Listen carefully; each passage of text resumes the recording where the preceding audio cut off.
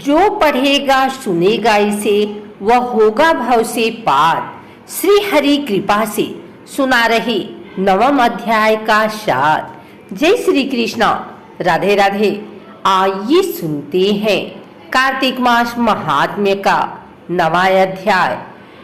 राजा पृथु ने कहा, हे मुनि श्रेष्ठ नारद जी, आपने कार्तिक माह के व्रत में जो तुलसी के जड़ में भगवान विष्णु के निवास बताकर उस स्थान की मिट्टी की पूजा करना बतलाया है।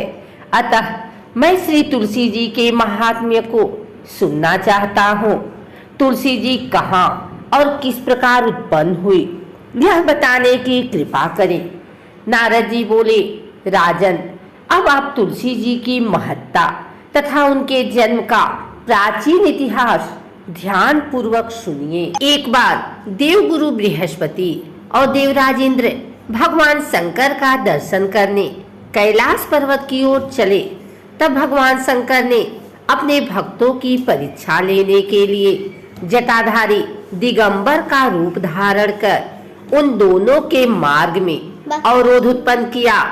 यद्यपि वह तेजस्वी, शांत, लंबी भुजा और चौड़ी छाती वाले गौरवर अपने विशाल नेत्रों से युक्त तथा सिर पर जटा धारण किए वैसे ही बैठे थे, तथापि उन भगवान शंकर को न पहचान कर इंद्र ने उनसे उनका नाम व धाम आदि पूछते हुए कहा कि क्या भगवान शंकर अपने स्थान पर हैं या कहीं गए हुए हैं। इस पर तपस्वी रूप भगवान शिव कुछ नहीं बोले। इंद्र को अपने त्रिलोकीनाथ होने का गर्व था। उसी अहंकार के प्रभाव से वह चुप किस प्रकार रह सकता था। उसने क्रोधित होते हुए उस तपस्वी को घुड़क कर कहा, अरे मैंने तुझसे कुछ पूछा और तू उसका उत्तर भी नहीं देता। मैं अभी तुझ पर वज्र का प्रहार करता हूँ, फिर देखता हूँ कि कौन तुझे दुर्मति की रक्षा करता है। इस प्रकार कहकर जैसे ही इंद्र ने उस जटाधारी दिगंबर को मारने के लिए हाथ में वज्र लिया, वैसे ही भगवान शिव ने वज्र सहित इंद्र का हाथ स्तंभित कर दिया और विकराल नेत्र कर उसे देखा। उस समय ऐसा प्रतीत हो रहा था कि वह दिगंबर प्रज्वलित हो उठा है और वह अपने तेज से जला देगा।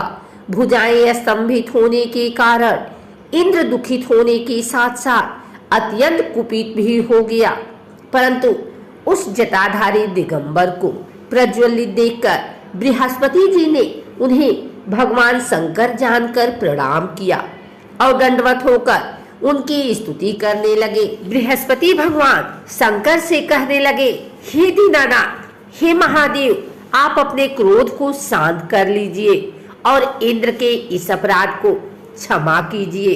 बृहस्पति के यह वचन सुनकर भगवान शंकर ने गंभीर वाणी में कहा, मैं अपने नेत्रों से निकाले हुए क्रोध को किस प्रकार रोकूं।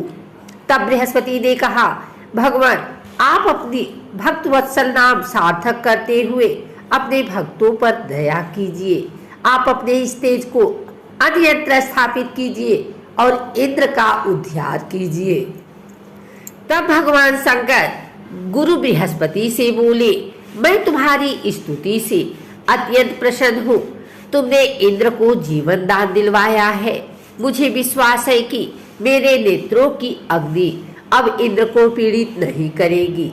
बृहस्पति से इस प्रकार कहकर भगवान शिव ने अपने मस्तक से निकाले हुए अग्निमय तेज को अपने हाथों में ले लिया और फिर उसे क्षीर सागर में डाल दिया।